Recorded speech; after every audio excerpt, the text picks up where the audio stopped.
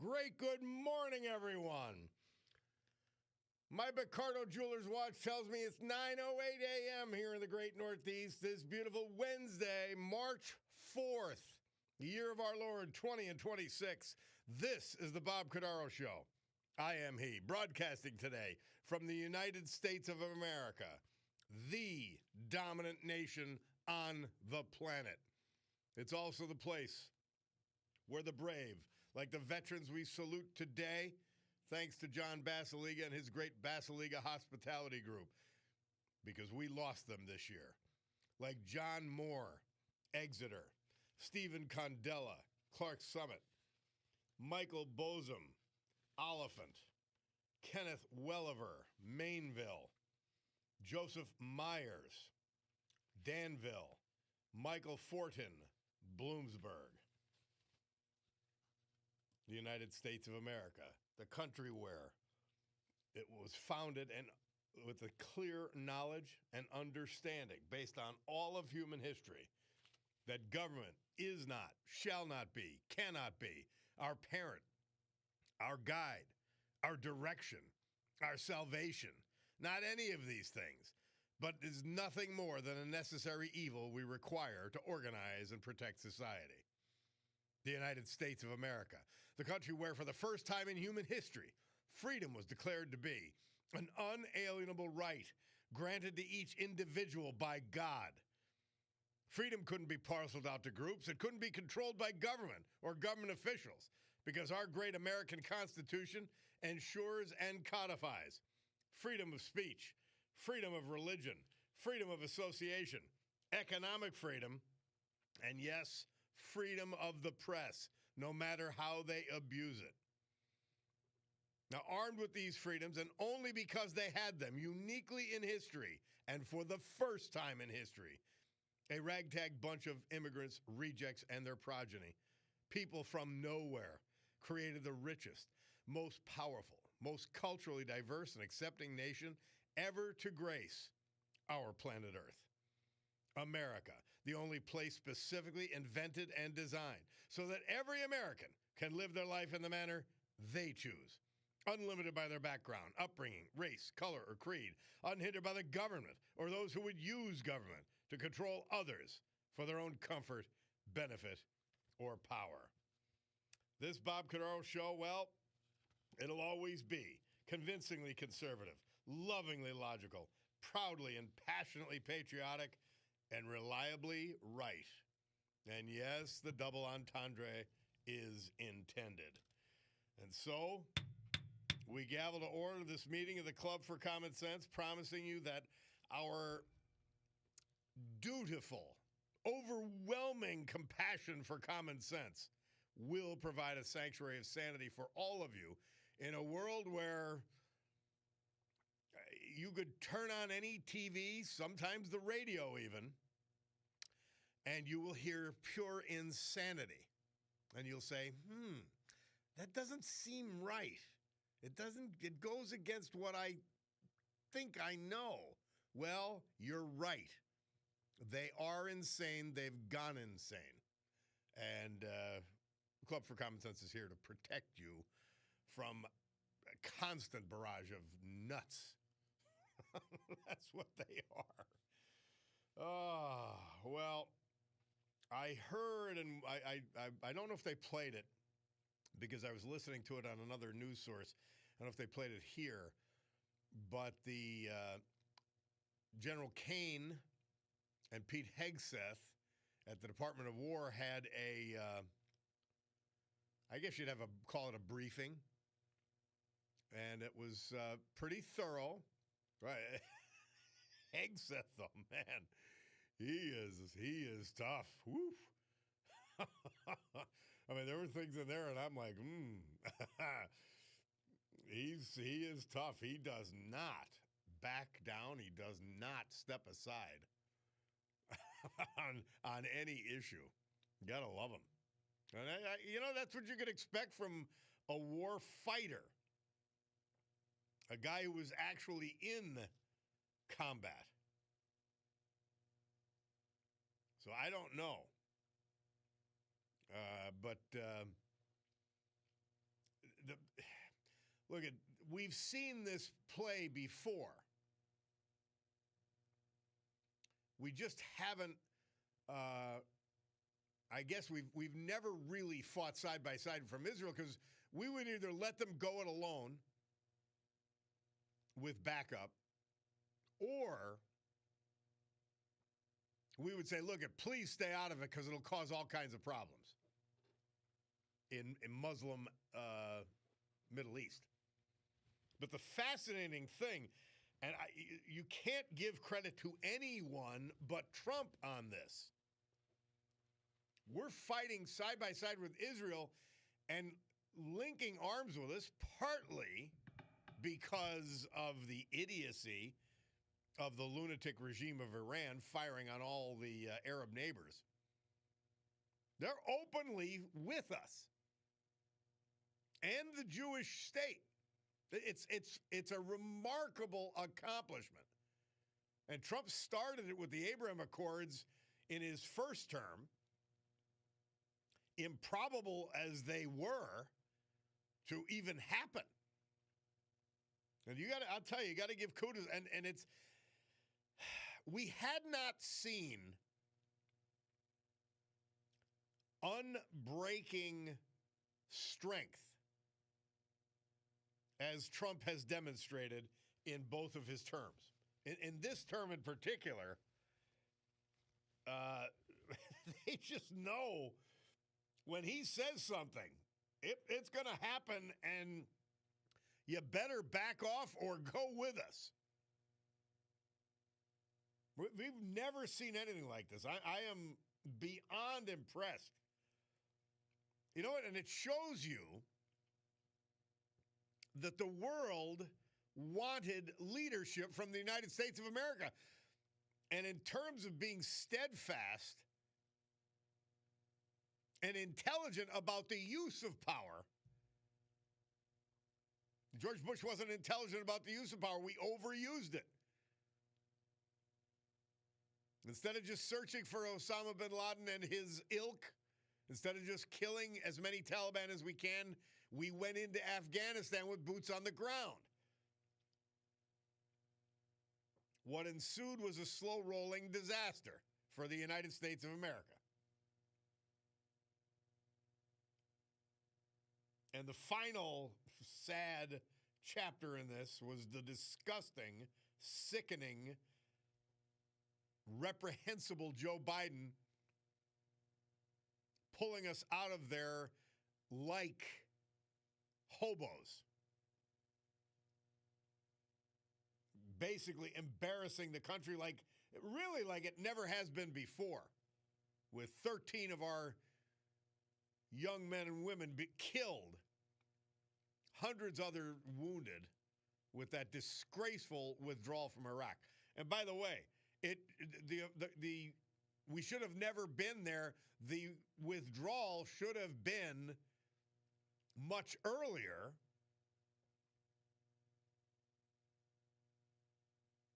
But Biden turned it into a disgrace. And they're just so refreshed. Like, okay, you know what the United States is going to do. They're going to behave in their self-interest. Don't even ask them to bend or give up American lives or damage its own economy to help you. They're doing what America should do. It's truly remarkable the effect this has had.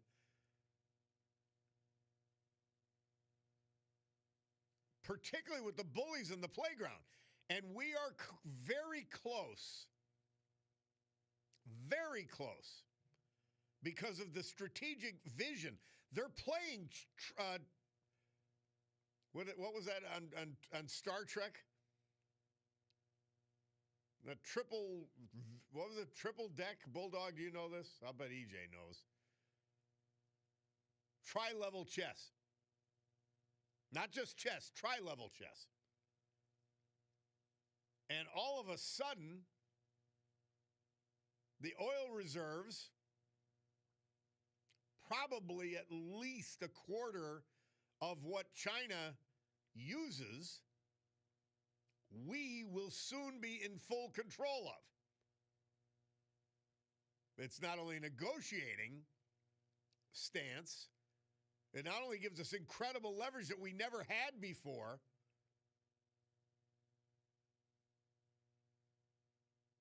but it gives us something to punish them with. In addition, they've seen our capabilities, and they've got to be in awe. They've got to be in complete awe. My gosh, do we really want to step in their way and do something about Taiwan? Do the Chinese want to after what they've seen? Knowing now that they can't even defend, and by the way, the rest of the world knows, China cannot defend their enemies, their allies. Russia cannot defend their allies when the United States is involved. It's really huge. And all of this, plus I think great domestic economic policies, including the tariffs, and I stress that. They're all in place to make the American worker, the American economy, the best it can be. Really remarkable second term. It's unbelievable. I'm in awe, and it's funny when you look at we're the Club for Common Sense. It's all common sense. There's nothing. Well, okay. Well, how do we counter China's control, its belligerence in the South China Sea, and its control of rare earth minerals, which we need desperately for our defense and our economy? Well, you get something strategic that they need. Well, now we've got it. Nobody even thought this way before. George W. Bush was playing a very fundamental game of checkers, and he lost. We're playing tri-level chess, and it's working. We'll take a break. We'll be back.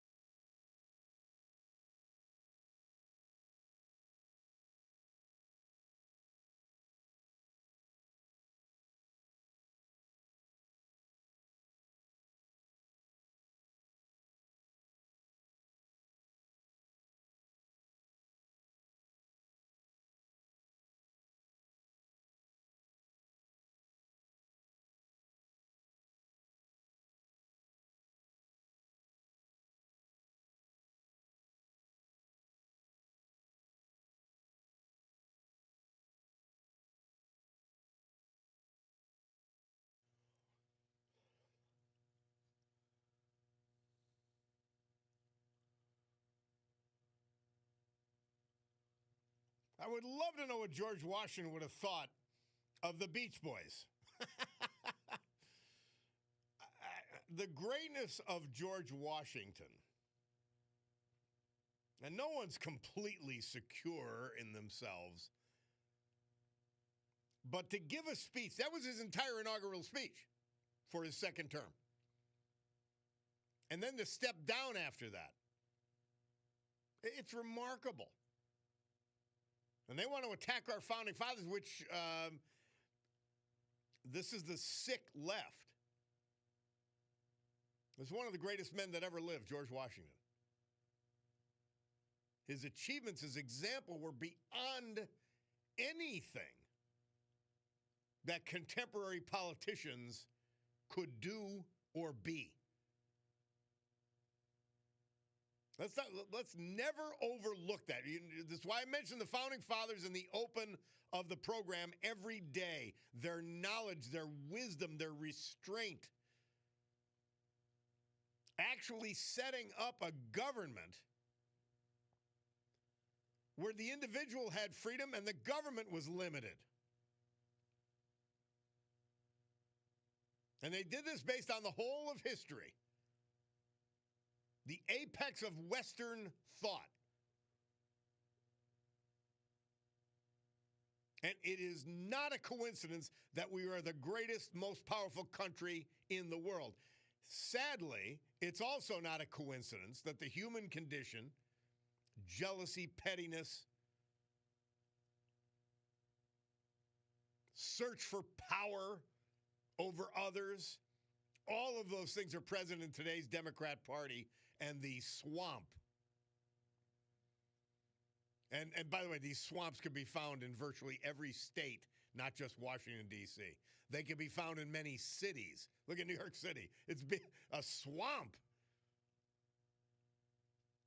It's a fetid garbage pail. Unbelievable. George Washington. Amazing, amazing greatness. Let's go to Bill from Pittston. Hey, Bill, how are you? Doing pretty good. Watching Patton the other day just to get fired up. That'll fire you up. Every time I hear your theme, I get carried away. So, yeah, I on Saturday I called Khalida Rashid's office and I said, Congressperson, do you realize that you really should? I strongly suggest you should change your vote on funding the DHS. It's not going to hurt ICE at all, and you know that, but it is hurting TSA and the security of this country. Do you ever think that maybe, just maybe, people are going to think you're not a patriot, or maybe you're operating under other influences contrary to the best interests of this nation, or that you're un-American? Now, I know she probably doesn't care, but if enough people do what I do, they're poll-driven, they're media-driven. When they get saturated with this, and even do it to the media, they're going to get frustrated. She is supremely mentally ill. You're trying to appeal to logic and sense. She has neither. She possesses neither attribute. She is mentally ill. She's diseased.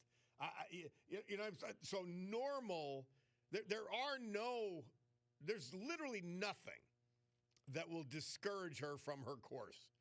And her course of action has brought her from Somalia to the United States, helped her get 80,000 Somalians into her congressional district. She's elected. She's an elected United States congressperson.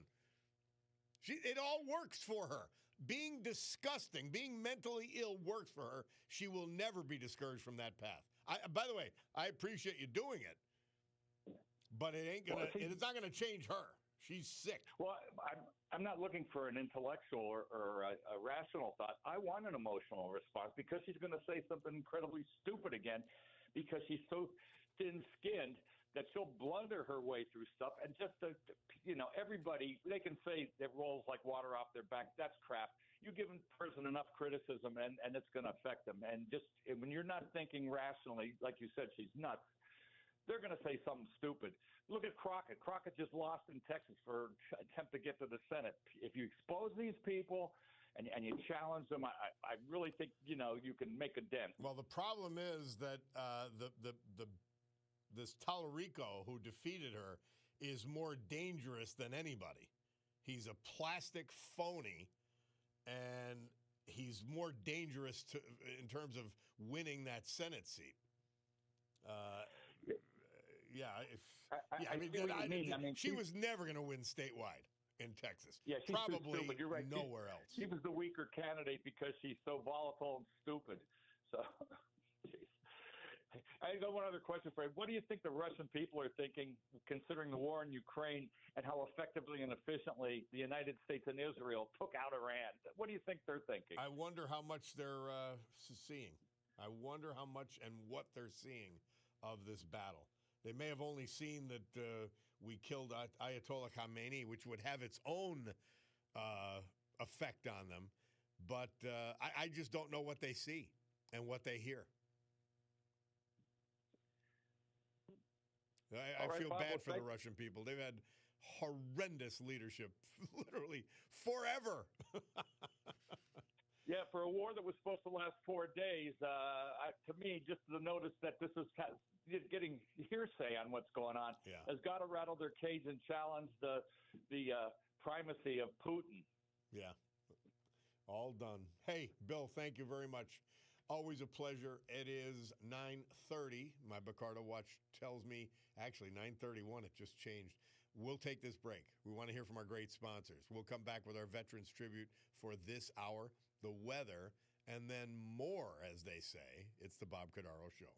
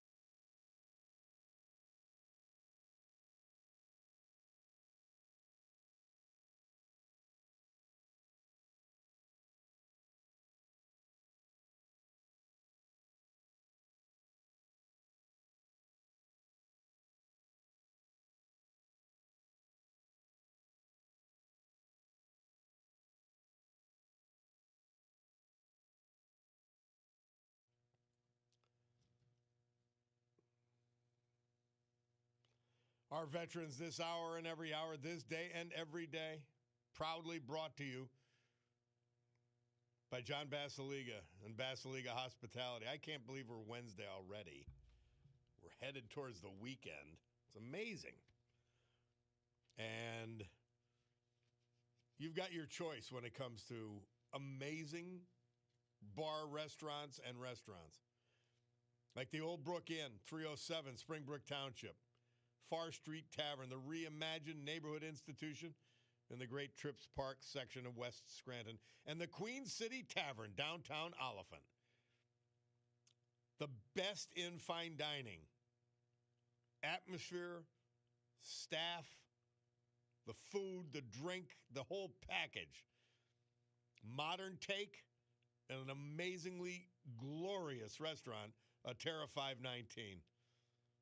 And the Stegmeyer Mansion, downtown Wilkes-Barre, an old world take on the same luxury. And guys, you could go have an appetizer. We know our budgets are tight.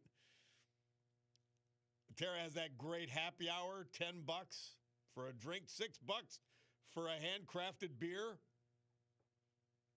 Yeah, you could do it. It's within your reach, and it will elevate you. I promise. Basiliga Hospitality. John Moore. He was 77. He was from Exeter. We lost him February 27th. Born in Winnebago, Minnesota. He graduated from Minnesota Lake High School. He achieved an associate's degree. He proudly served this country for 20 years. He served 4 years in the United States Air Force and then commissioned into the United States Navy, where he served for another 16 years. In his work with our military, traveled to Okinawa, Vietnam, Guam, Scotland, Western Australia, La Maddalena, Italy, to name a few. He retired as a senior chief. After retirement from the military, he worked for many years at the Commonwealth of Pennsylvania as a clerk for the Bureau of Disability Determination. He's survived by his wife of 45 years, Ann Dente Moore. He was the proud father of his daughter, Rachel. I believe Rochelle, maybe. And he had a number of siblings and family members that survived him as well. He was laid to rest in respect for his service in Indiantown Gap National Cemetery. John Moore. Stephen Condella. He died February 28th. He was from Clark Summit, formerly of Oliphant. He passed away with his family surrounding him at home on that day. His wife is 61 years, the former Patricia Tchaikovsky Condella. Born in Peckville, graduate of Oliphant High School, employed as an independent contractor, and later became facilities maintenance director for Northeastern Eye Institute, Scranton. He was a proud member of the U.S. Army National Guard, also a member of St. Carlo Acutis Parish, St. Patrick's Church, Oliphant. Founding member of the Oliphant Girls Softball Association. Devoted family man. His marriage was a testament to enduring love and steadfast partnership. As a father, he led by example, teaching the value of hard work, integrity, and kindness. As a grandfather, he found his greatest immeasurable joy. He lived a full and active life, embracing the outdoors and the friendships he cultivated over the years. Sports were a lifelong passion. Some of his fondest moments were spent around a card table with friends.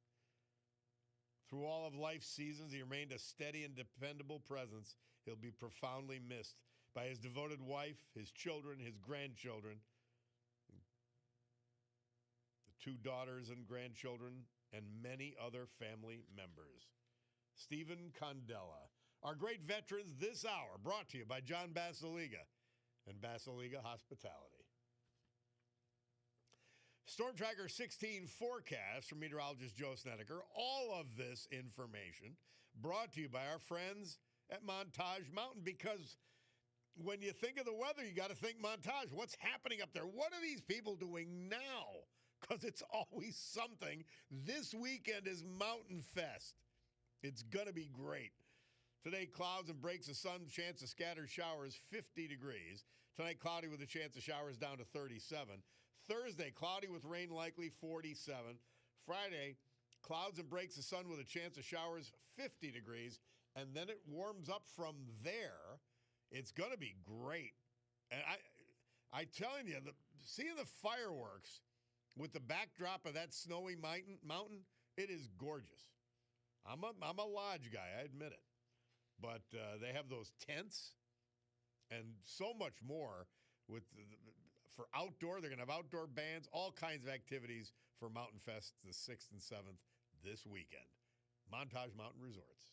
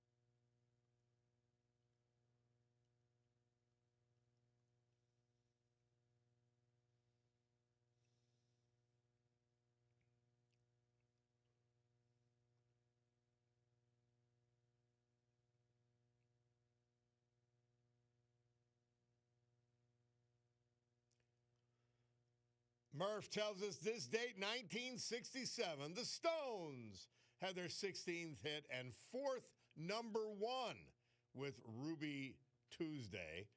Bob Cordaro back then. You heard Bill Clinton at his deposition. If you've got to look for the tape, you got to look for the video. I don't know if he completely lost his sense of where he was. He was looking at these pictures, and he kept grabbing the pictures of him with these young girls. And he's smiling. I mean, I like Bill Clinton.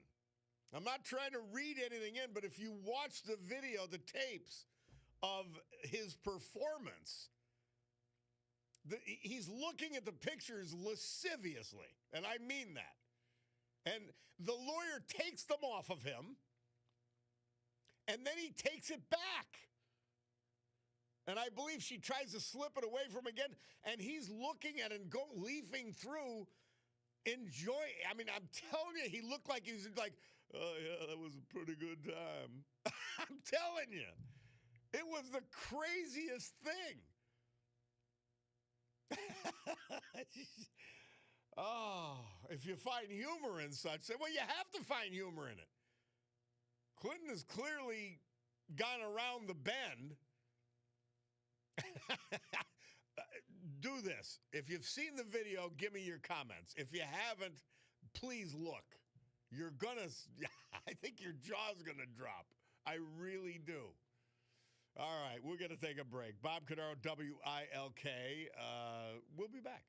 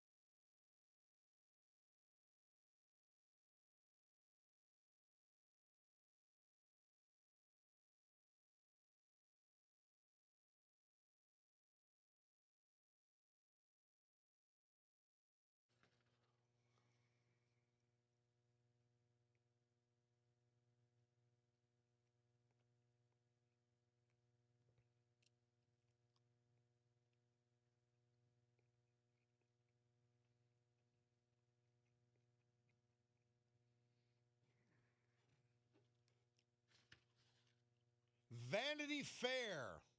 This date, 1970, Murph says, they released that cute little song, Hitchin' a Ride. And 1865, that was actor Walter Trumbull portraying President Abraham Lincoln and his incredible second term inauguration speech. With malice toward none, with charity for all. A phrase that lives on and rings on as a true characterization of the American spirit. By the way, we've got these blue-collar workers not very happy with Paige Cognetti. She basically wants to direct site work, road work, and bridge work and exempt them from the prevailing wage and apprenticeship protections. And this is what these people do.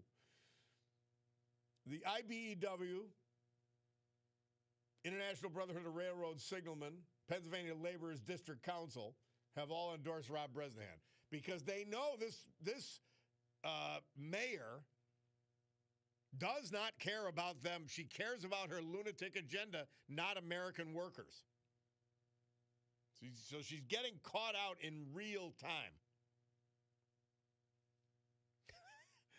By the way, wouldn't you guess it, going back to Texas, I always tell you a lack of self-awareness is the hallmark of the left-wing lunatic class. And Jasmine Crockett getting spanked by this Tallarico, who is a phony plastic. I have nothing but disdain for him. But he crushed Crockett. Now she's mad, saying that there's cheating going on. I mean, the only thing about losing her is that constant entertainment for what an ass she is going to be missed. I will miss it. Now, she'll serve out the rest of the year in Congress, but that primary was not only for the Senate and statewide offices, it was also for Congress in Texas, so she's out. And now John Cornyn, a weakened John Cornyn, is going to face this Tallarico, who is a phony of the first order, a fake of the first order.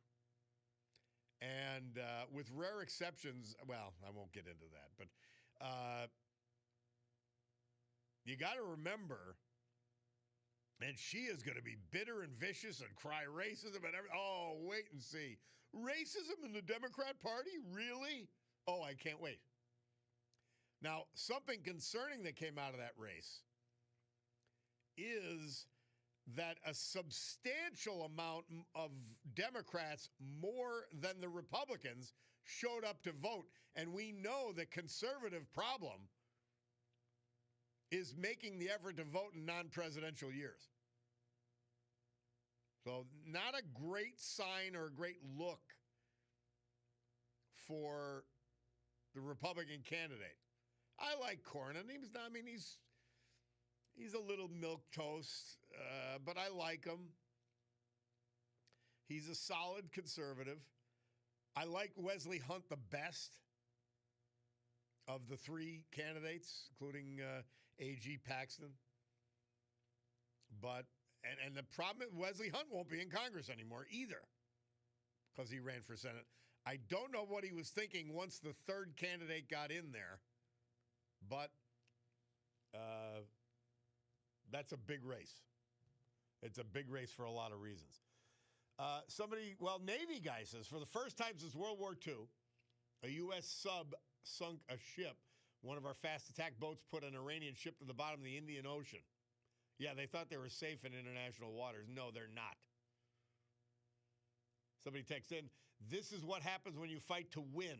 Multiple layers of leadership dead, complete air superiority, complete naval control, all the neighboring countries on our side, 100 hours in, no boots on the ground, and victory just about in grasp. Strong leadership in America makes it possible. Amen. From Rich McHale, Bob, it's amazing to me that these days when you watch the news, you only get the progress of the military. You find out what our next strategy is. I'm not an expert, but is that a good idea? As a kid, all I can remember is how many cities we took in Vietnam and the number of casualties. Well, it is a different time, and you've got to explain. And the American people want to know, Rich.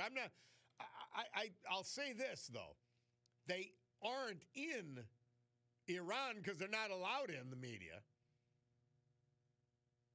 And so I actually think that's going to change soon. They're going to start inviting some left-wing media from America into the country so they could take remember how they stored up the bodies? We had a video clip of someone saying just that. They stored up the bodies of some of the 35,000 people they killed to use for later purposes. Yeah.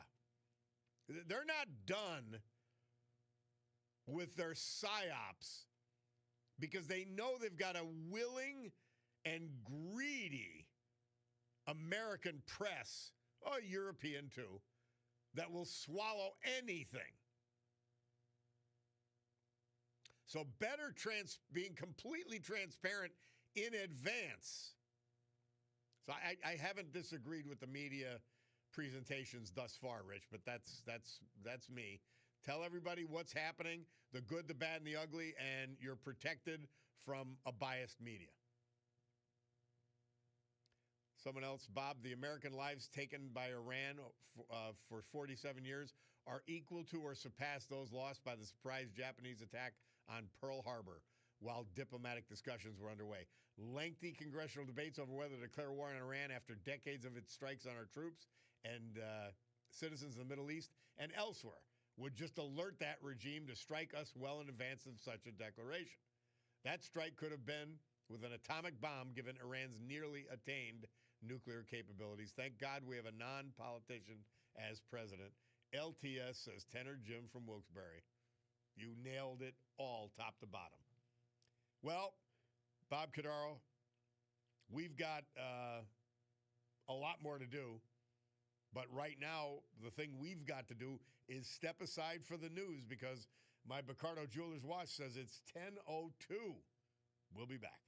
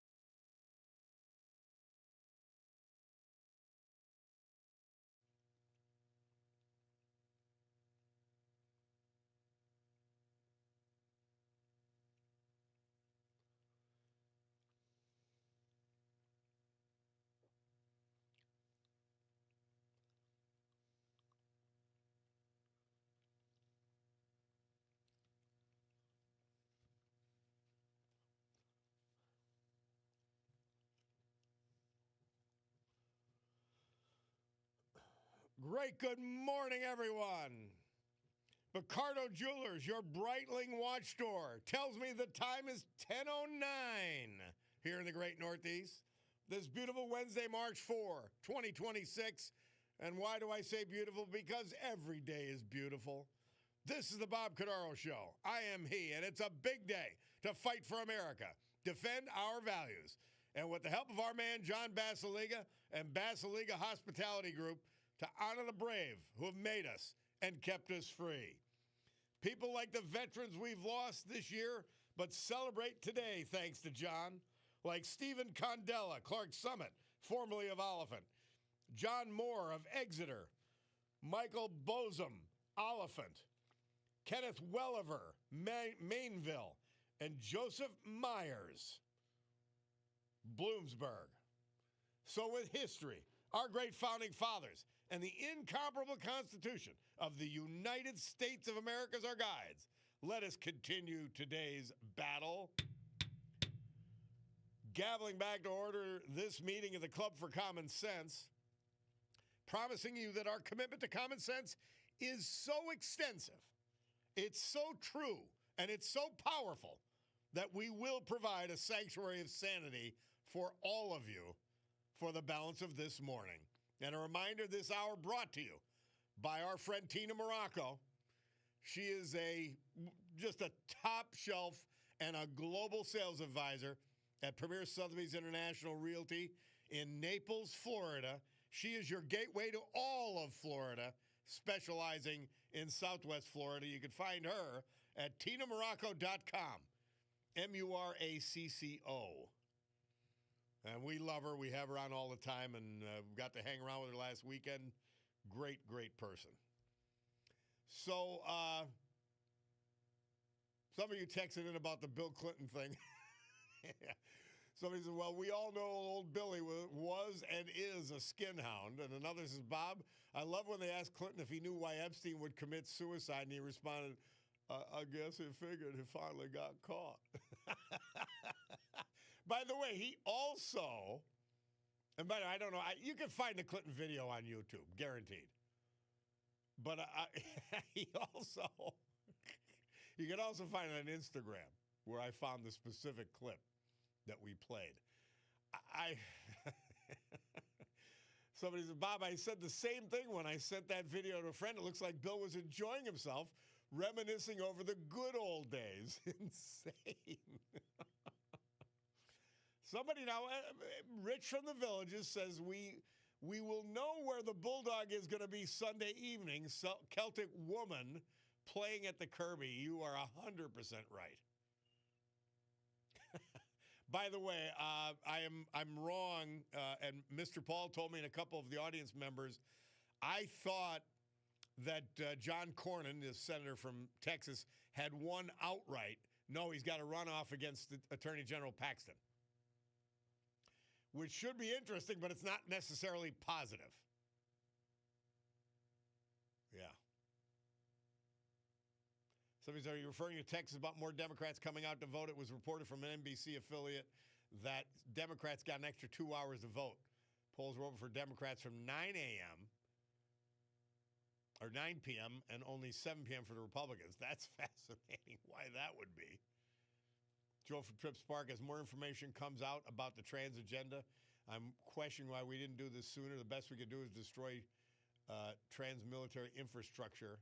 Oh, not trans, Iran. It's a small I. I apologize.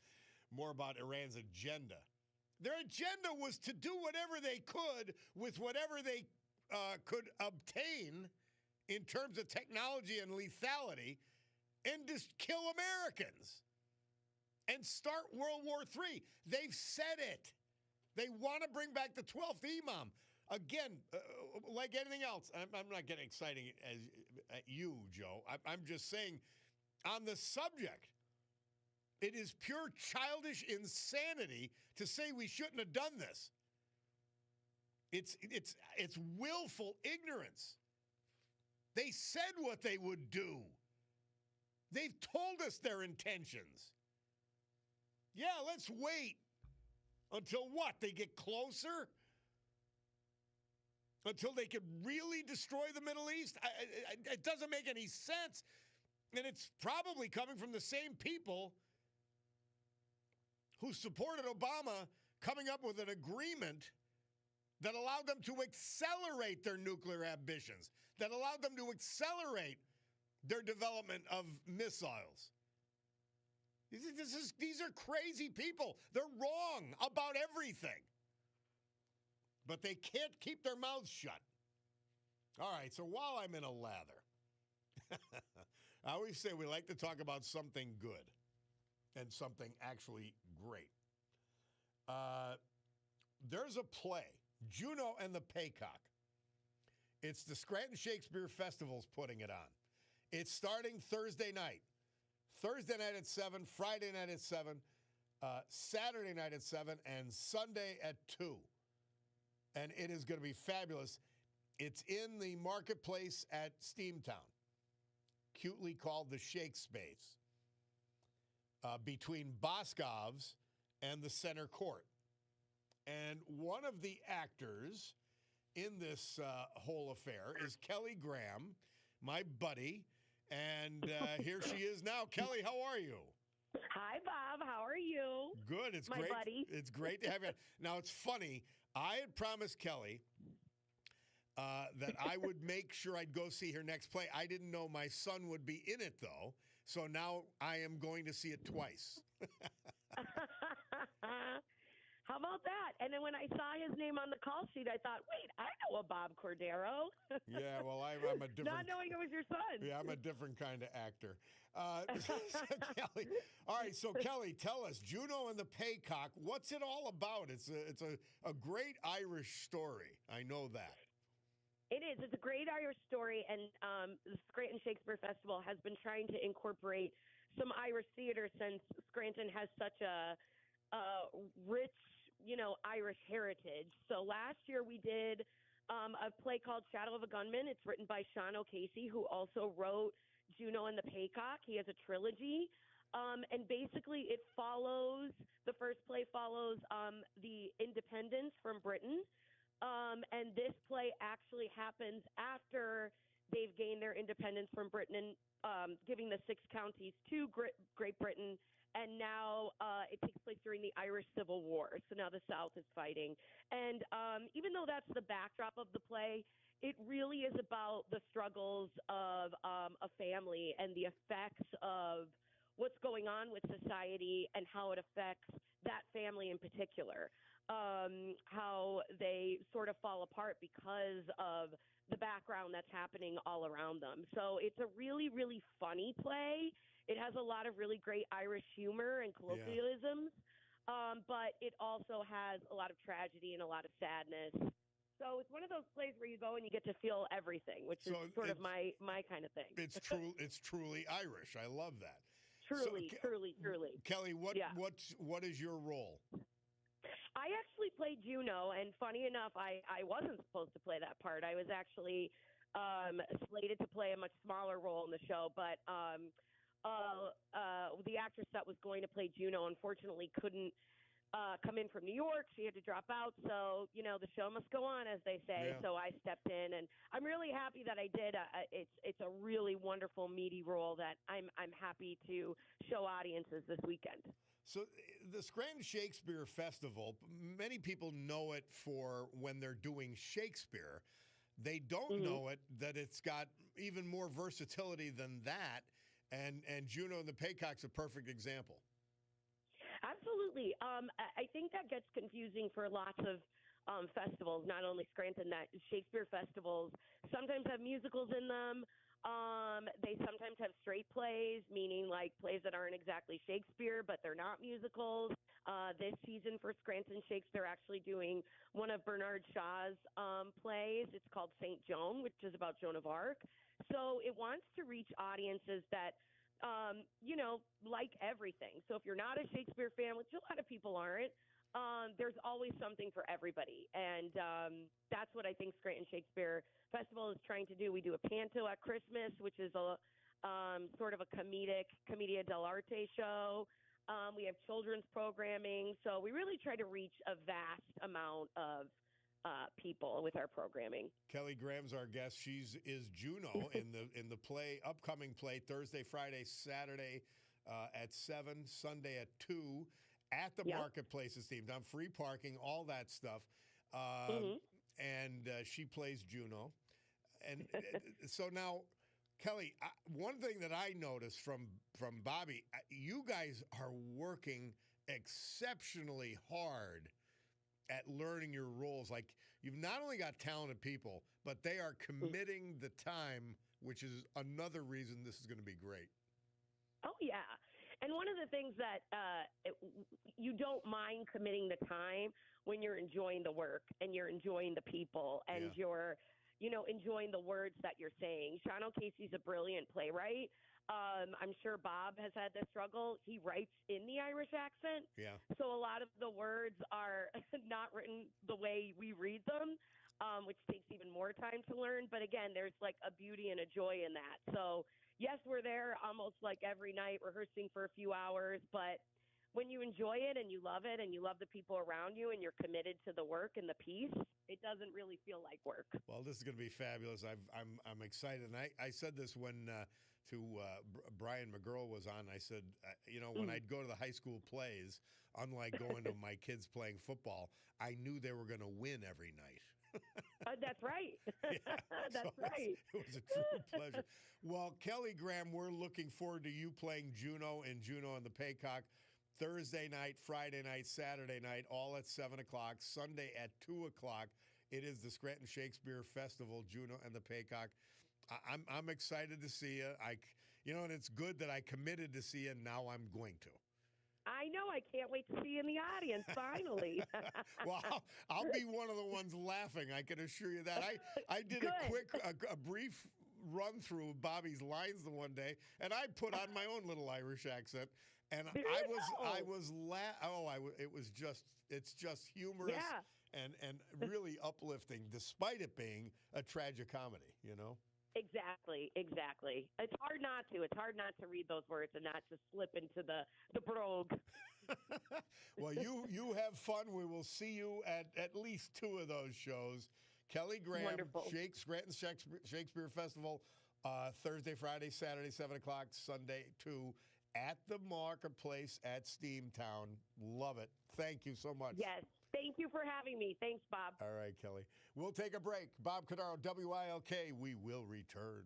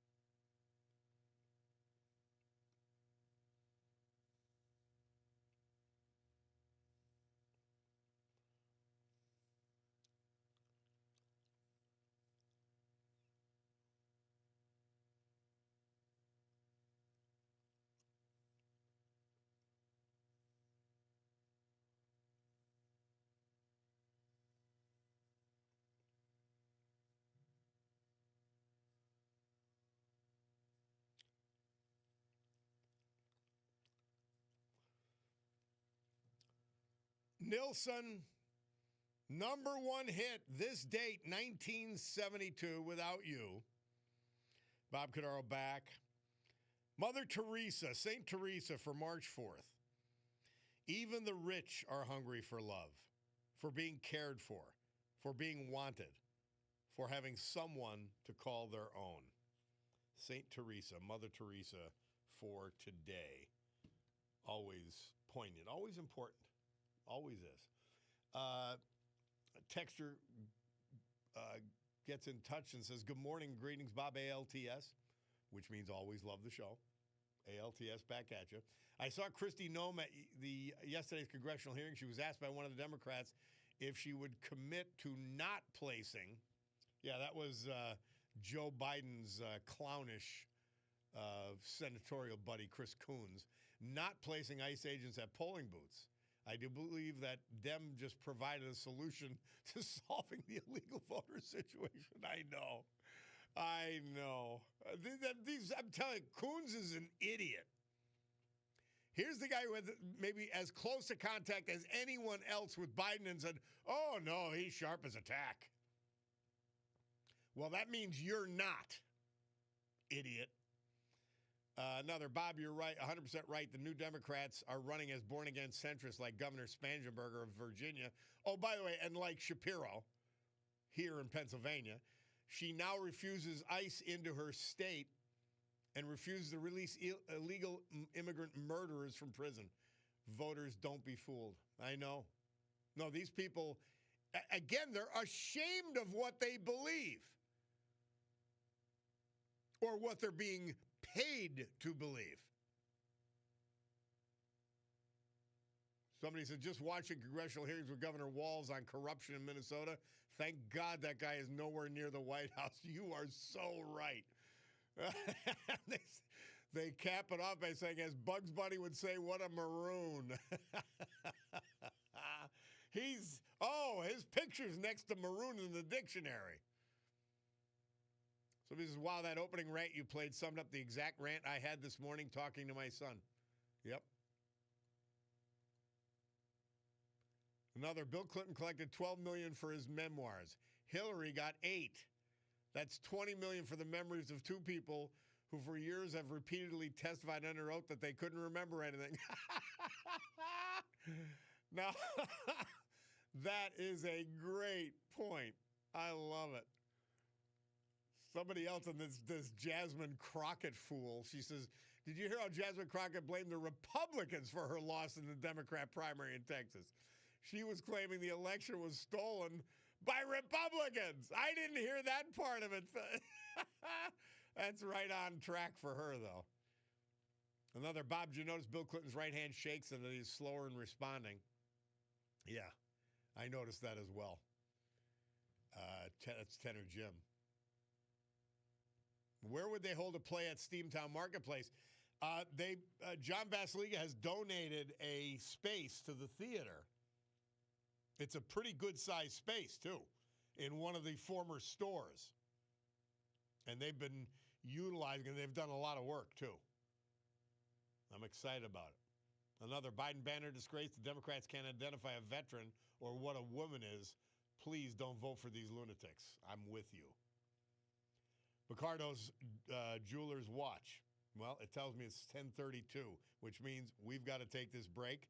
Let's do it. We'll come back with the Veterans Tribute, the weather, and more.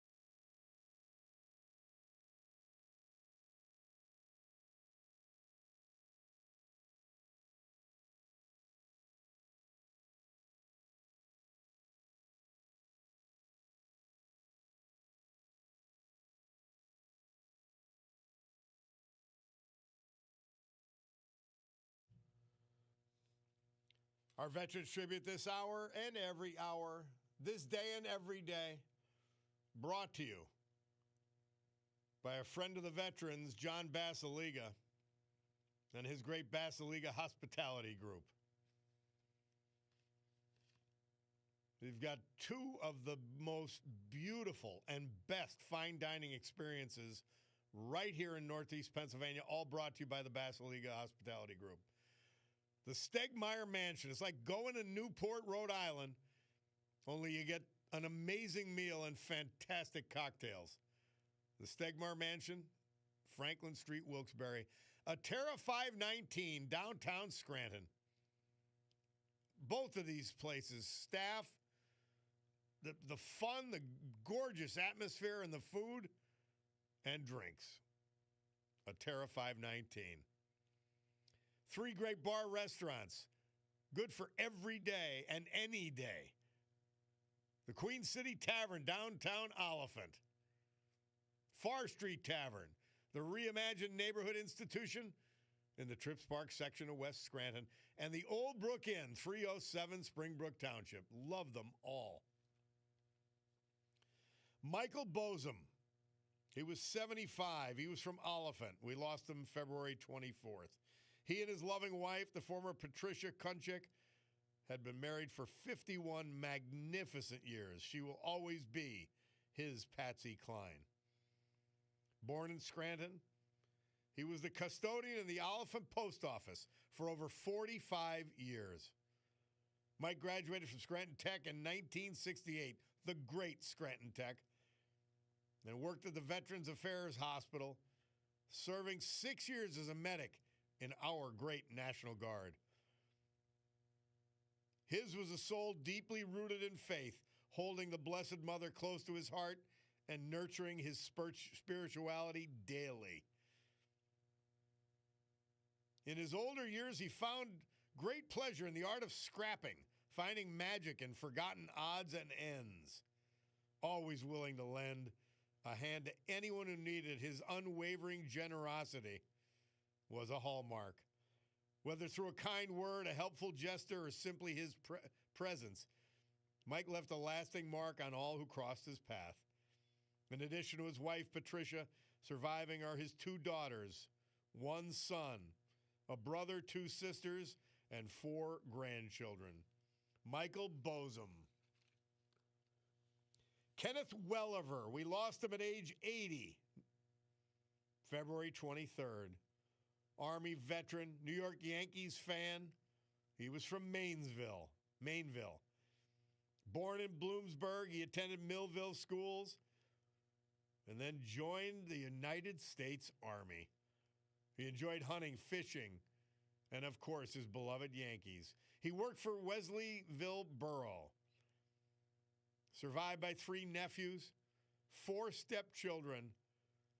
Sadly preceded in death by his wife, the former Donna Williams, in 2023. They had celebrated 44 years of marriage. Kenneth Welliver. Our great veterans. This hour brought to you by John Basiliga and Basiliga Hospitality. Storm Tracker 16 forecast from meteorologist Joe Snedeker. Today, clouds and breaks of sun with chance of scattered showers, high 50. Oh, and we are headed into Montage Mountain's fabulous Mountain Fest, the 6th and the 7th this weekend. I don't think it's going to get to 50. 38 degrees right now. We will see. Tonight, cloudy with a chance of showers down to 37. Thursday, cloudy with rain likely, 47. Friday, clouds and breaks of sun with a chance of showers, 50. And all of that brought to you by our friends at Montage Mountain Resort, where Mountain Fest is ready to pop. And a great week of skiing is at hand. $49 to ski and for your rentals. That's extraordinary. And you got to go up there for the fireworks. You have to go up there for the fireworks. There's nothing like winter fireworks with that gorgeous backdrop of the snow and Montage Mountain Resort.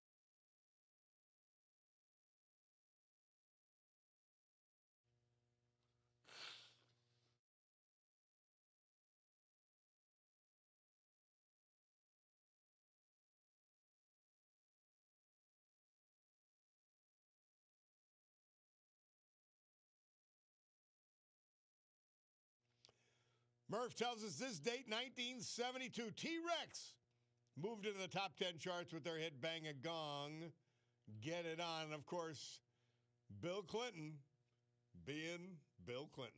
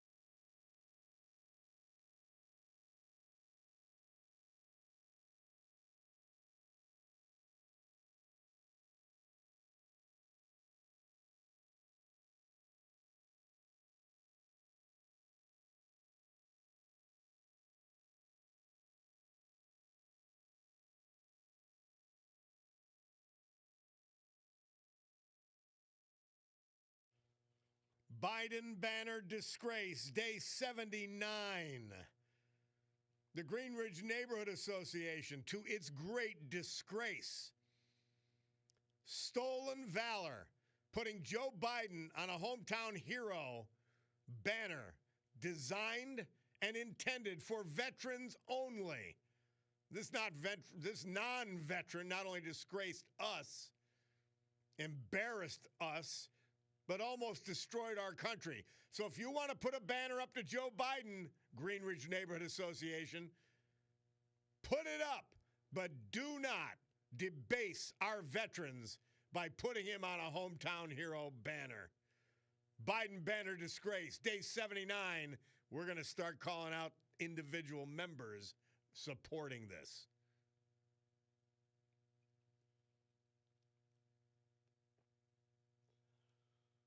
What a disgrace it continues to be. And somebody said, the text in, don't forget the Biden banner disgrace update.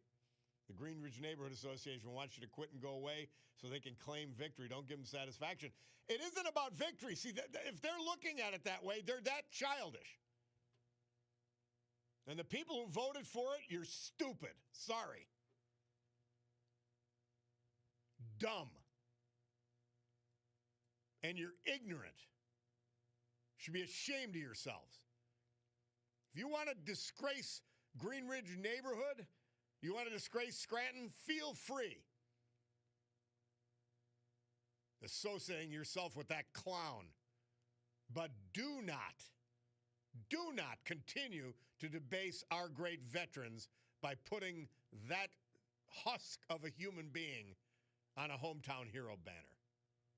Disgusting. Charles from Scott Township texts in. He says, I just put the radio on and that wonderful song Without You by Harry Nilsson.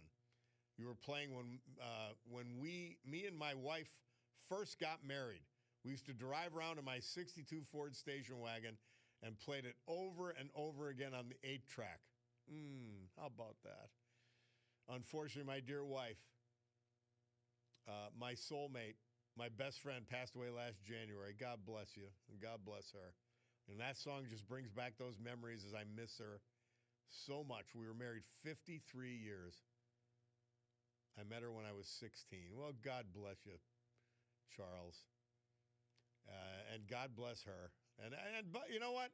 Isn't that great to have amazing, amazing memories? And it's one of the reasons we do the music history. Because a lot of people, they'll take music, some great, some not so great, but they will take it and say, what was I doing back then? What does it remind me of? And it is fabulous, and I thank you for that comment. Quite amazing. Cabinet guy says, Bill doesn't sound very good. Well, he does. He did live a hard life. But he gave himself a hard one.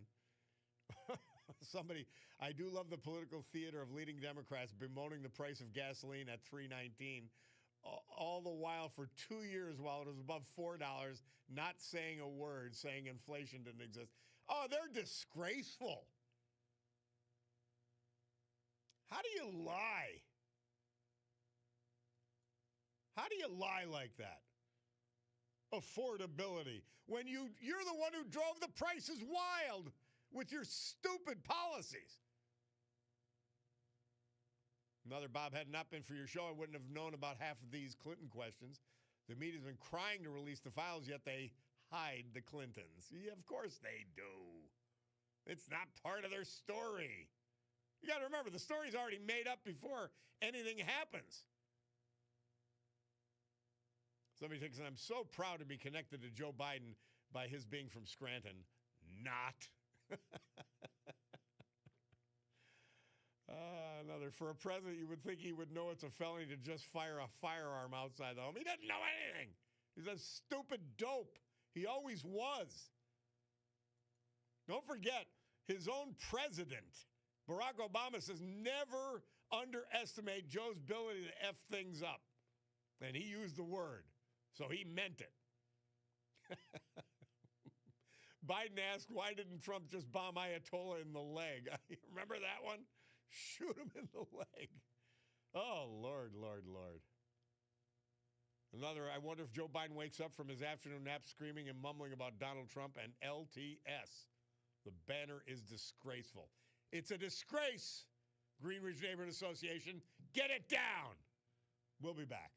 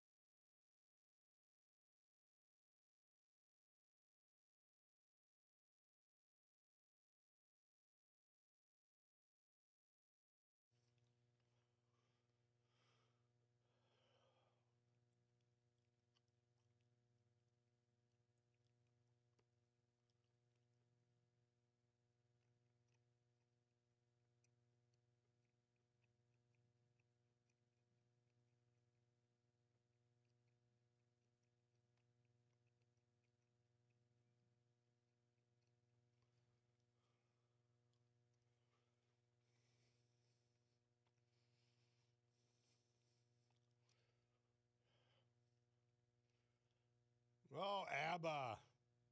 Murph says this day, 1974, they released their first single, and what a song it was, Waterloo. And, of course, FDR with that great speech as he took office as America's 32nd president. This date, 1933. We have to mention some of the soldiers, 4 of the soldiers killed. There are 6 total. Captain Cody Cork, Lakeland, Florida. Sergeant First Class Nicole Amor of White Bear Lake, Minnesota.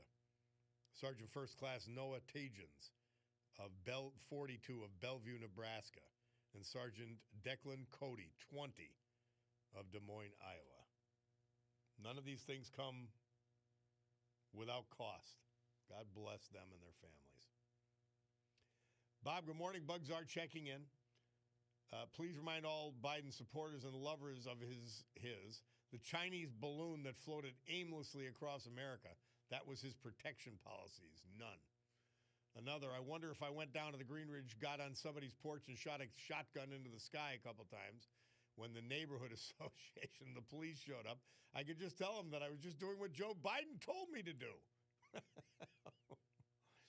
Well, Biden's an idiot. If you can't defend yourself by saying what an idiot told you to do. Bob, the not so pissed off mailman here, can't the families of the real heroes on those banners get a petition together to have the disgraced Biden one removed? I know. It really isn't it's up to the Green Ridge Neighborhood Association to take it down, and we're going to start naming names if this continues, so you'll know who to talk to about this idiocy. So he said when Biden was talking about everyone being able to purchase cocaine, was he referring to Hunter? Yeah. Oh, Lord. Just a disgrace. A disgrace beyond measure. Hey, this hour brought to you by Tina Morocco. She is a top sales advisor at Premier Sotheby's International in Naples, Florida. She is your gateway to Southwest Florida and all of Florida. You could reach her by either looking at Sotheby's Naples office website or by going straight to the source, Tina Morocco, MURACCO.com. You got to have somebody you trust. There are so many factors, some of which we were talking about, HOAs, and is the facility, if you're buying a condo, is the facility in good health? Do they have rules that are going to irritate the hell out of you? You need Tina Morocco. Don't do Florida by yourself. All right. Bacardo Jewelers, Raymond Weil, Breitling, Oris, Longines, Michelle, Shinola, Luminox, Swiss Army, Seiko, Tory Burch, Victorinox, Bulova, G-Shock, and of course, my beloved Bacardo Jewelers watch. They've got all and more, and this Saturday, the once-a-year wedding band sale. Do it even if you're not sure. Just go get it. We'll take a break and be back after the news with Brian Hughes.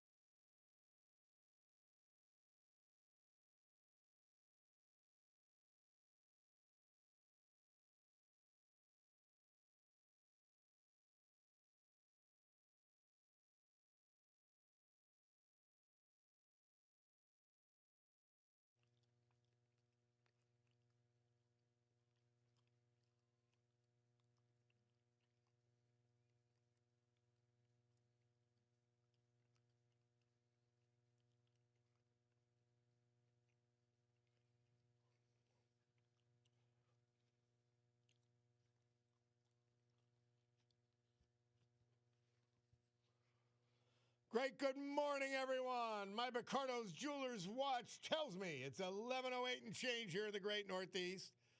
This beautiful Wednesday, March 4, 2026. This is the Bob Cordaro Show, and I am he. And it's a big day to fight for America, defend our values. And with the help of our man, John Basiliga, and his great Basiliga Hospitality Group, to honor the brave who have made us and kept us free. People like veterans we lost this year, but salute today, thanks to John. Michael Bosom, Oliphant. Stephen Condella, Clark Summit, formerly of Oliphant. John Moore, Exeter. Kenneth Welliver, Mainville. Joseph Myers, Bloomsburg. Michael Fortin, Bloomsburg. And so with history, our great founding fathers, and the incomparable Constitution of the United States of America as our guides, let us continue today's battle. Gaveling back to order this meeting of the Club for Common Sense after that brief news adjournment. Somebody remember the song Panama Red?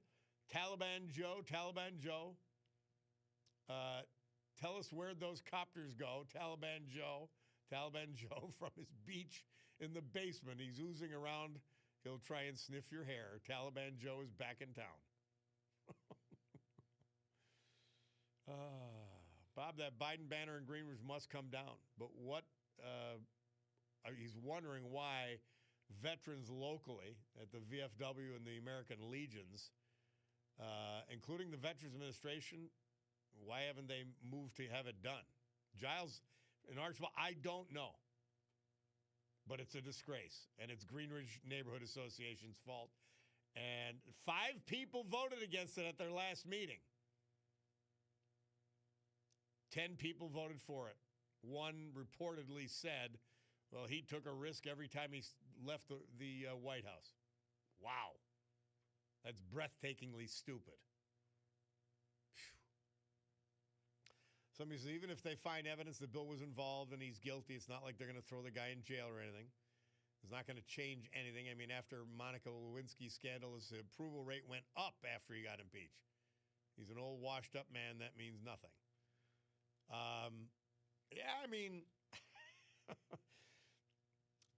I don't really care about, except that the people who were tortured get, the young ladies who were tortured get compensation.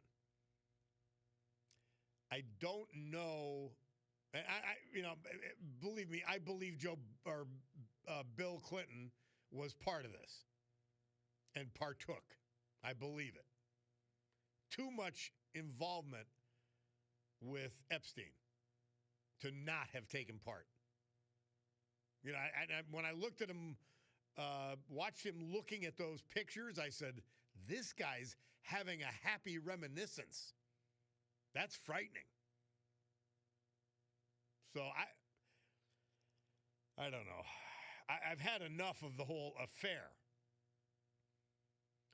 But it fits in, and it's of a piece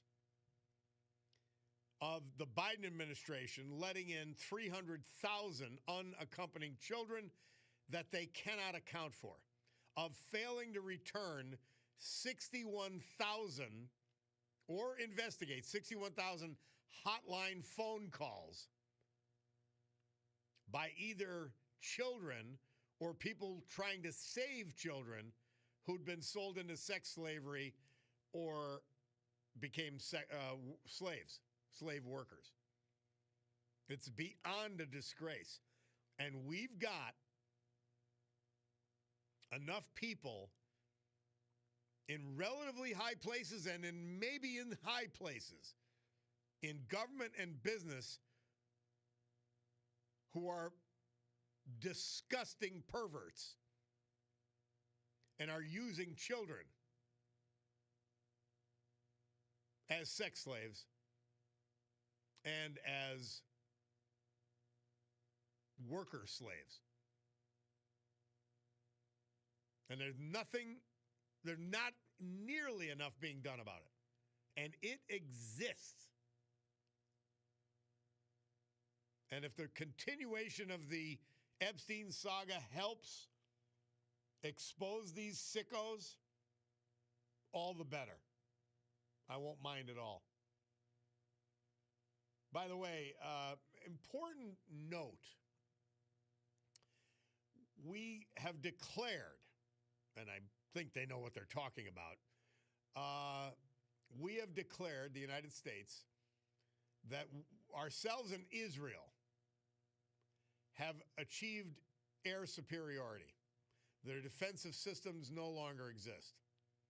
Now, what they still have, which means there's still danger, they've still got ballistic missiles, and they've still got drone force.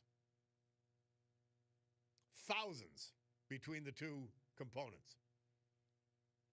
And they're irrelevant and can get through defense systems. And this is what Rubio said, and Trump said, and Hegseth said.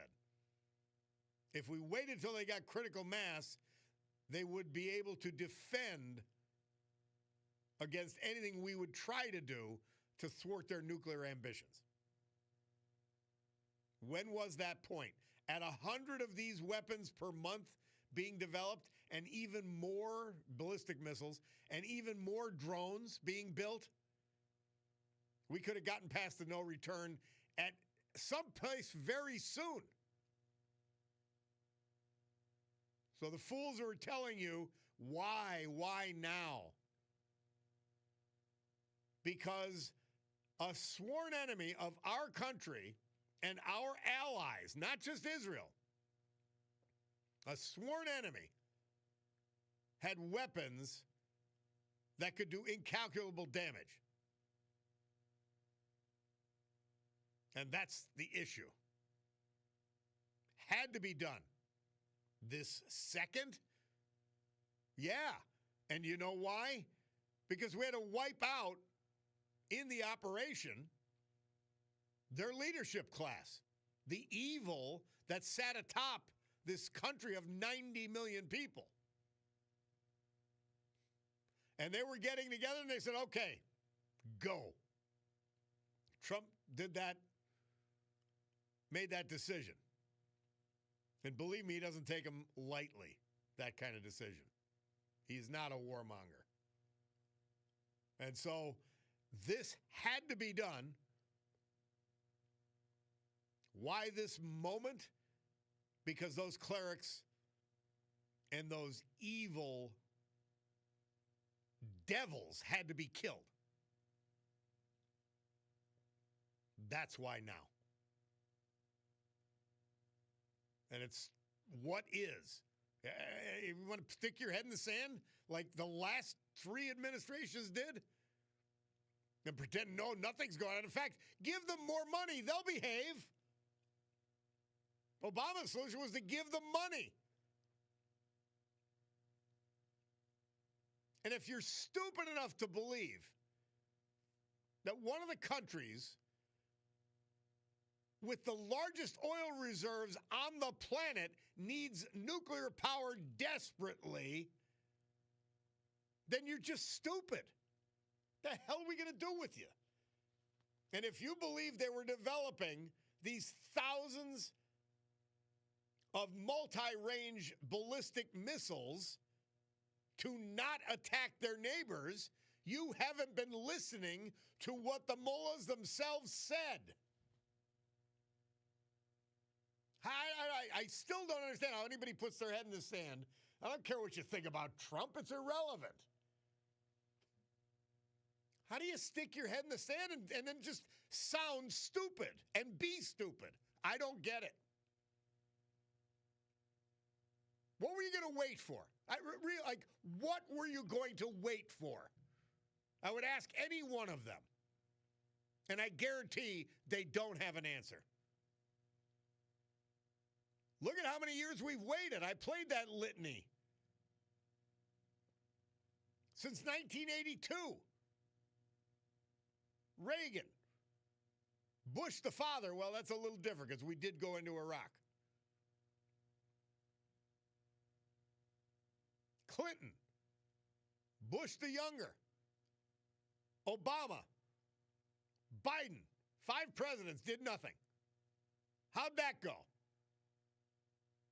It's crazy. It's astonishing. Why would you want to be willfully stupid?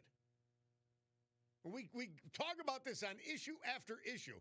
So it's blind hatred of Trump, apparently. Blind ignorance of reality, apparently. I've not heard any compelling rationale except a stupid, ignorant question, why now? I've heard nothing from the Trump haters and the fools who did they think it was going to go away, or do they realize no, it's going to get worse? Somebody accurately texted in, Senator Rubio in 2011 was telling Congress what he thought of Iran back then and what they could do, and that they were getting worse and worse and worse. And we did nothing. Trump has, and they're critical. It's insane. It really is. Hey, we got to take a break. Bob Cordaro, WILK. Let's hear from our great sponsors. A little history, a little music, and then we've got some calls we want to get to. Bob Cordaro and the eponymous program.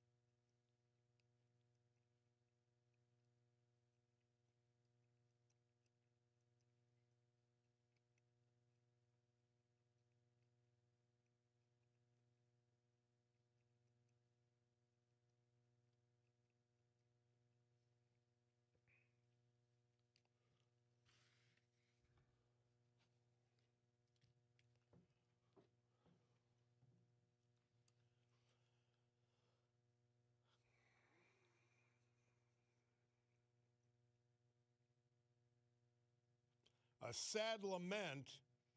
And Murph tells us on this date, 1986, after completing a 2-set show with the band in Winter Park, Florida, band member Richard Manuel committed suicide by hanging himself. He was only 41, the night they drove Old Dixie down to commemorate that death. And, of course, Ronald Reagan acknowledging that he screwed up. And that was refreshing in and of itself, by the way. Sad that he did it in the first place, but, things were slipping for him near the end of his presidency. There's no doubt about it. So we'll see. Hey, let's go right to the blower. Jack from Scranton, how are you? Thanks for holding. Hello, Rob. How are you? Hello. Yeah, this is Jack. Can you hear me? Yes, I can. Okay, I just wanted to make sure because I'm at the mile here. I'm in this. I don't know if you could hear me or not. No, here you go. Okay. Well, you got Biden was practically in bed making love to the Iranians for all those years. They were throwing missiles at us left and right. And it's almost like if you're a real tough guy and you're in a bar, you're not waiting for the guy to punch you in the face before you do something. If you know he punched you in the face many times before, you're gonna hit him first and make sure he don't ever do that again. We gave him. Allowed them to. Biden got ignored. Allowed them to ignore the oil embargo, and they made hundreds of billions of dollars because of that fool, which they all used against us and our allies. It is insanity. Like, you can't even, there's no justification for it. No sense to it.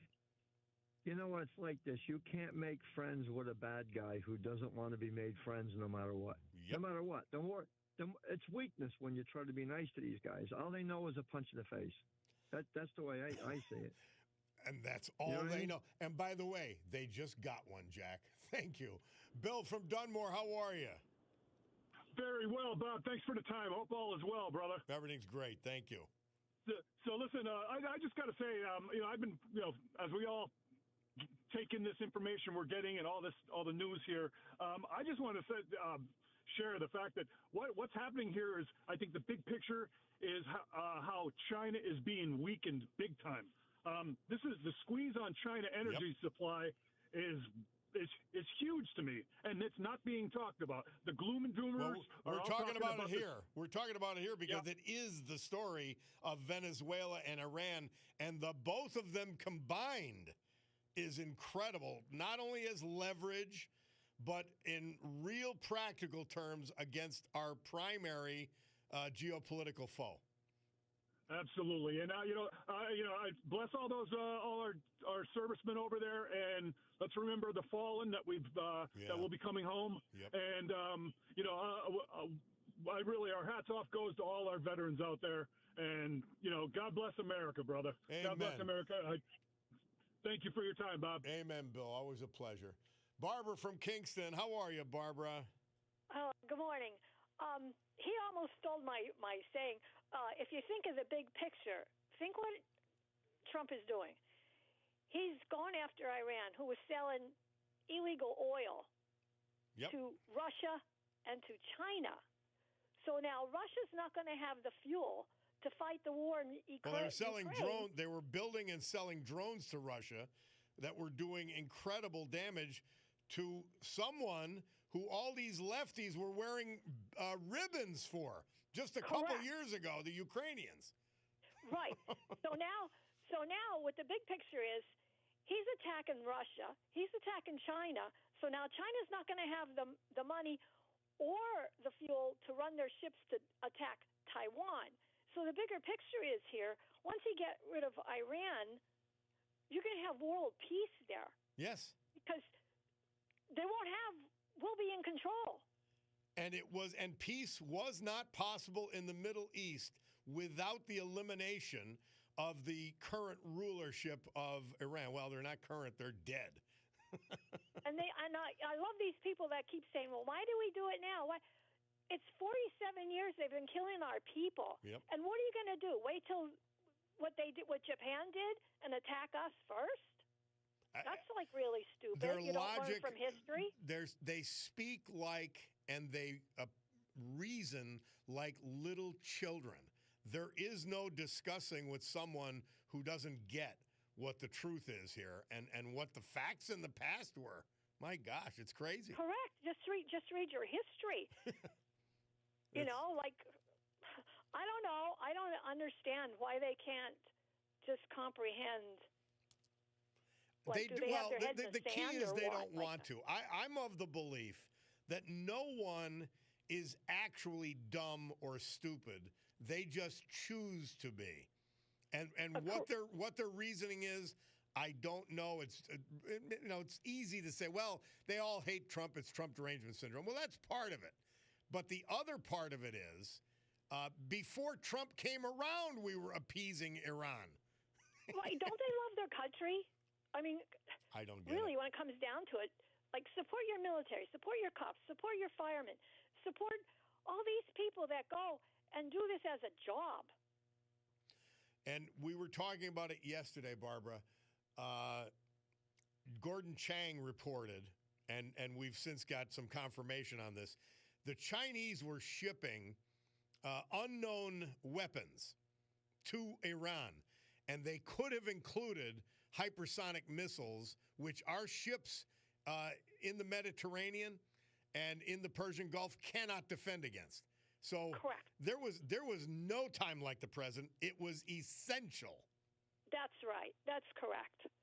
Well, I'm not very smart. I'm just well, the normal. common sense. Neither one of us is brilliant, but our common sense makes up for a lot, doesn't it? Well, you just have to focus on what he's doing, Yeah. and when you open your eyes and you see, this is going to be a big victory. And look, it's not over yet. We can't declare victory. We can't do the George Bush thing. Correct. We've got to get this done, get it done completely, because George Bush's father didn't finish things off either. You know, we've got to get it done. And I'll tell you what, I have absolute confidence in Trump and this administration to do the right thing to prosecute this and finish it. So do I. Amen. So do I. All right, Barbara. Thank you. You and I are on the same page again. I love it. Thank you. Thank you. Hey, we got to take a break. Bob Cordaro, WILK. Let's hear from our great sponsors. We love them, and we love when you use their services and products. Remember that. We'll come back with a Veterans Tribute and the weather, and then more calls and texts after that.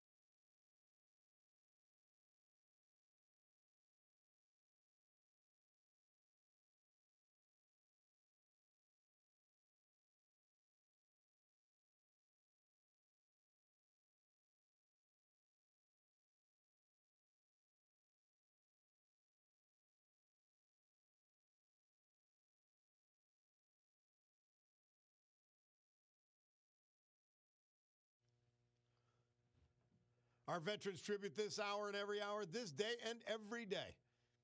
Loyally, patriotically, dutifully brought to you by John Basiliga and the Basiliga Hospitality Group.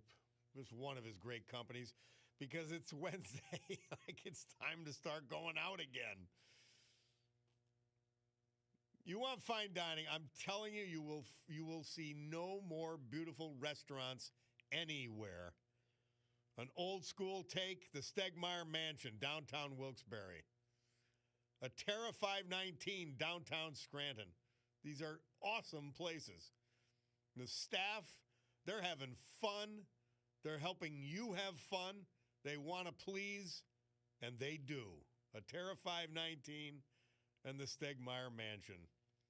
3 great bar restaurants. Queen City Tavern, downtown Oliphant. Far Street Tavern on Far Street in Trips Park section of West Scranton. And the Old Brook Inn, 307, Springbrook Township. Joseph Myers, Navy veteran, trumpeter. He passed away February 18th into his eternal home. He graduated from Central Columbia High School, then joined the United States Navy, 64 to 68. He enjoyed playing his trumpet for family and various bands, including the Navy Military Band, and most recently, the Danville Community Band, as well as his church, Shiloh Bible. He was a member of that great church for most of his life. He also entertained children and adults at Christmas as Santa Claus. He developed his own website, Castle Beset. Joe is survived by his wife, the former Laura Black. They'd been married at 1970, celebrating 54 years together. His brother, 2 sisters, and other family members survive him. They conclude the obituary by saying, this imaginative storyteller and prankster will be greatly missed. Joseph Myers. Michael Fortin, he was 81, a network engineer who moved to Bloomsburg back in 2016. He was from McGuire Road in that town, born in Lewiston, Maine. He graduated from high school in Albany, New York, and also went to Albany University. He'd been employed as a network engineer in North Carolina, where he resided for much of his working life, moved to Bloomsburg in 2016. He served this country proudly as a member of the United States Army. Michael survived by a sister, nephews, nieces, great-nieces, and other family members. Michael Fortin. Our great veterans this hour, brought to you by our man, John Basiliga, and his great Basiliga Hospitality Group. Storm Tracker 16 forecast from meteorologist Joe Snedeker. Tonight, clouds and breaks of sun with a chance of scattered showers. High 50 tonight, cloudy with a chance of showers, down to 37. Right now on Montage Mountain, who brings you this great weather report, 40 degrees. So I don't think we're going to hit 50, but that's okay. Thursday, cloudy with rain likely, high 47. Friday, clouds and breaks of sun with a chance of showers, 50. It's going to get even warmer on the weekend, and the reason I say that is because Montage Mountain this weekend, it's Mountain Fest. An incredible fireworks display, bands, fun. It's just a great place to hang out. I don't ski. Got a bad knee. It's shot. I couldn't do it if I wanted to. And I do want to be honest. But I go up there all the time and love it. And everybody in the family skiing and enjoying the heck out of it. And this is another great weekend to do it. Speaking of, we got Tyler Crawford from Montage. I forgot you were calling in, and here I am doing all the bragging. So now you got to step in, Tyler. Happy to. Thanks again for having me. Happy to. And listen, thank you for bringing the weather, because everybody, you got to pay attention to it. So, absolutely. This Mountain Fest it's a weird time of year. Yes, right? It's winter and with shades of spring here and there. But I think that this is going to be a perfect weekend for Mountain Fest.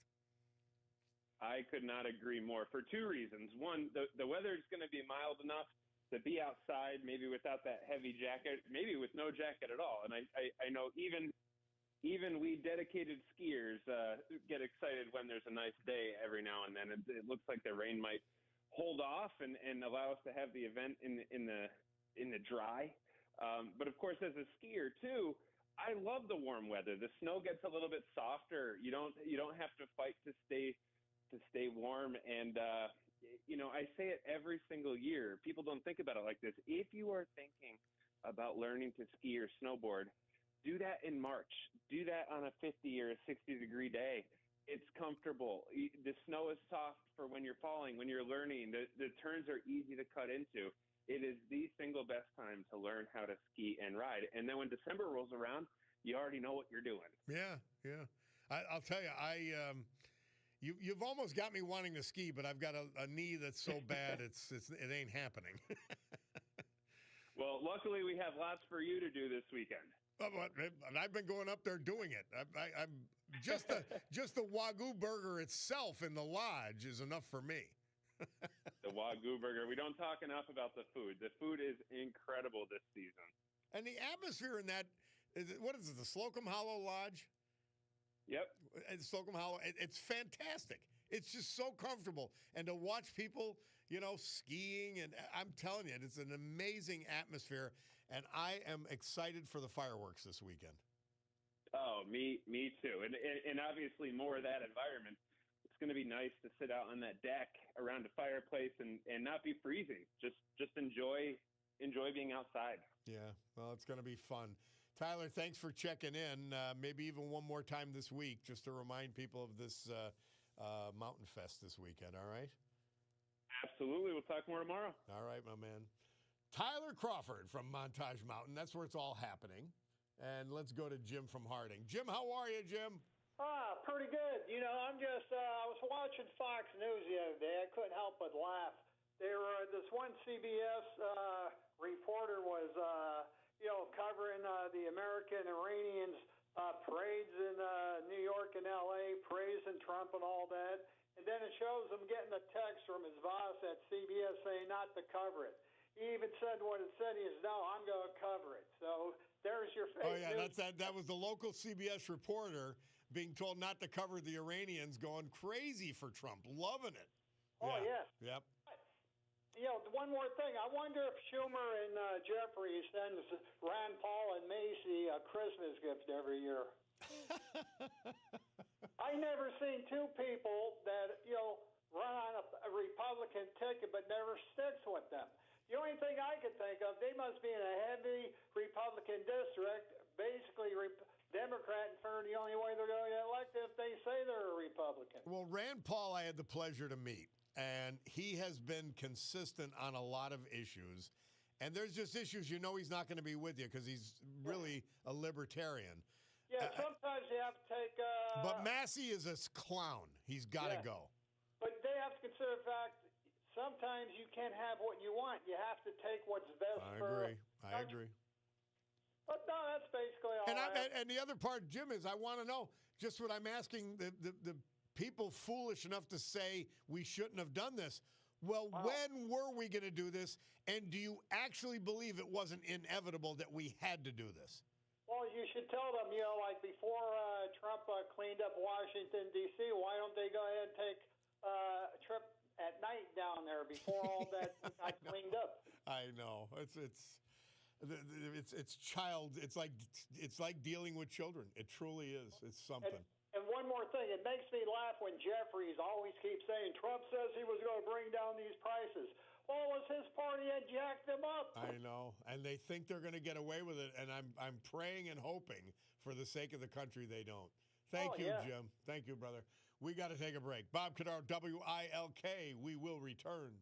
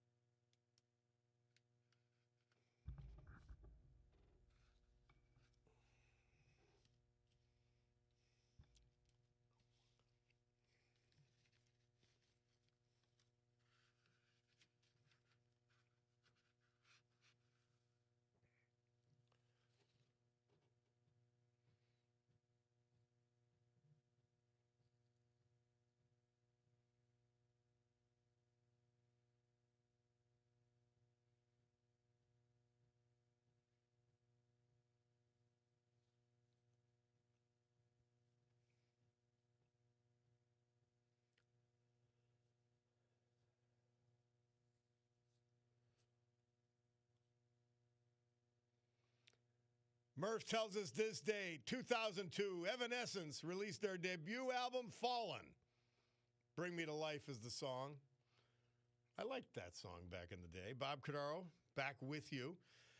There's been this ongoing thing, stoked, by the way, by the RAG, the Times Tribune. Police chief of Dixon City, William Belinsky, signed an agreement with ICE, which is within his authority to do. He's the law enforcement officer. And apparently, lunatics found out about it, and the mayor collapsed, Mayor Bob McCallum. And he claimed he rescinded it, then now he doesn't know if he did. Guys, have some cojones. Stand up for yourself. Work with your law enforcement officers, not with the lunatics and what they want. Just because they have a newspaper that nobody listens to anyway?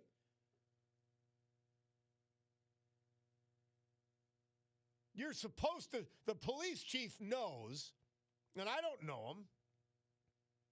Police Chief William Belinsky, he knows you got to, I'm in charge of defending the people of Dixon City. That's my job. Arresting criminals. And he explained it very well in yesterday's paper. We're not running around looking for illegal aliens. But if we arrest one, we're going to cooperate with ICE. What are you going to do? Let him go? That's insanity.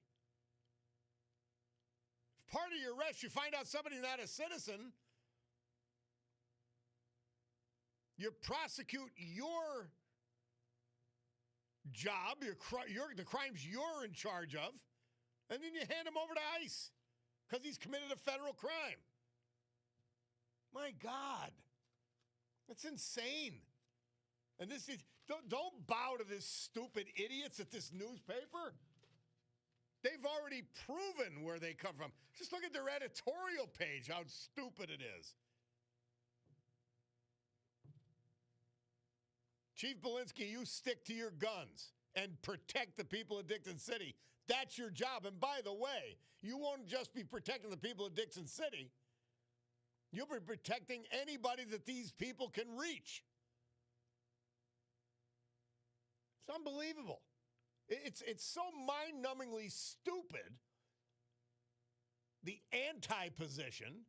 You don't even know what to, how do we even have a conversation? It's really ridiculous.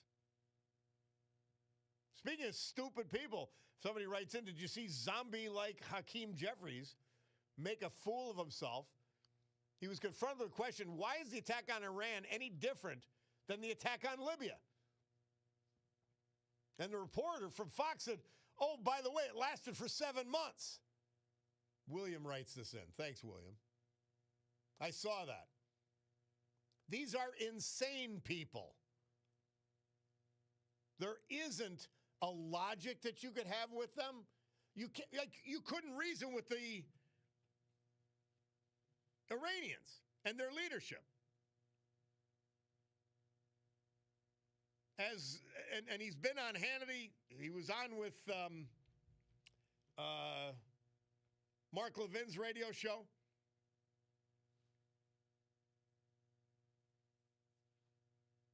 Iran supplies weapons to the Houthis, Hezbollah, Hamas, Russia, the Shiite militias in Iraq.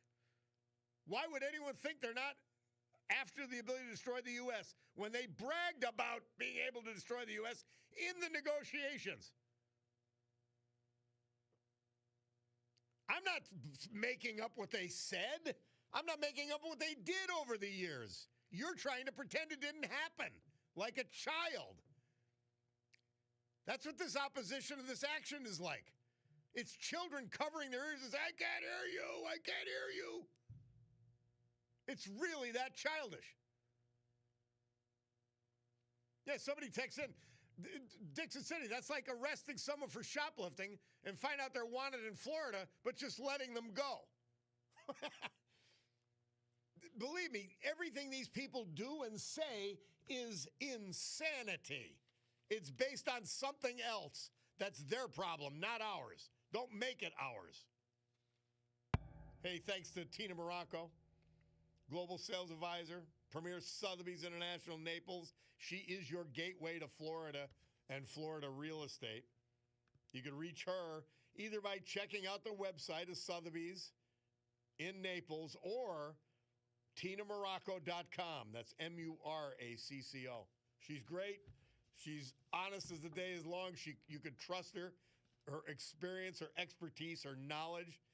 And that's what you need if you're going into a foreign territory to buy real estate and make what for most of us is a huge investment. Jen from the Times Leader says, I won silver for best radio host. How does that work? Well, I won something. That's good. I haven't won anything in a long time, Jen. Thank you. Oh, Lord. But guys, back to the point here as we wrap things up. Please don't think the people arguing against common sense have any. Yeah, oh yeah, the Iranians would never bother the United States if they had the capability. So let's wait till they have the capability to do serious harm, and then we'll worry about it. Somebody writing in about Massey that he's not owned by AIPAC. That's the Jewish organization that lobbies on behalf of Israel. You don't think we have interest in that region? Are you kidding me? This is crazy stuff you're trying to pass off. I follow this stuff too close. I've read too much history. Sorry. You can't run that crap by me. All right, guys. We're done. Sue Henry show next. Rob O'Donnell after that. God willing, I'll be with you tomorrow at 9 a.m., but we'll finish with Badfinger, because back in 72 this date, they received a gold record for their hit Day After Day, which featured George Harrison on guitar, Leon Russell on piano. That's one of the reasons it's so good. Badfinger. Guys, have a great afternoon, but I'm doing it with the left hand now that I'm a silver award winner, silver medal winner from the Times Leader. We're adjourned. The Club for Common Sense. We'll be back tomorrow.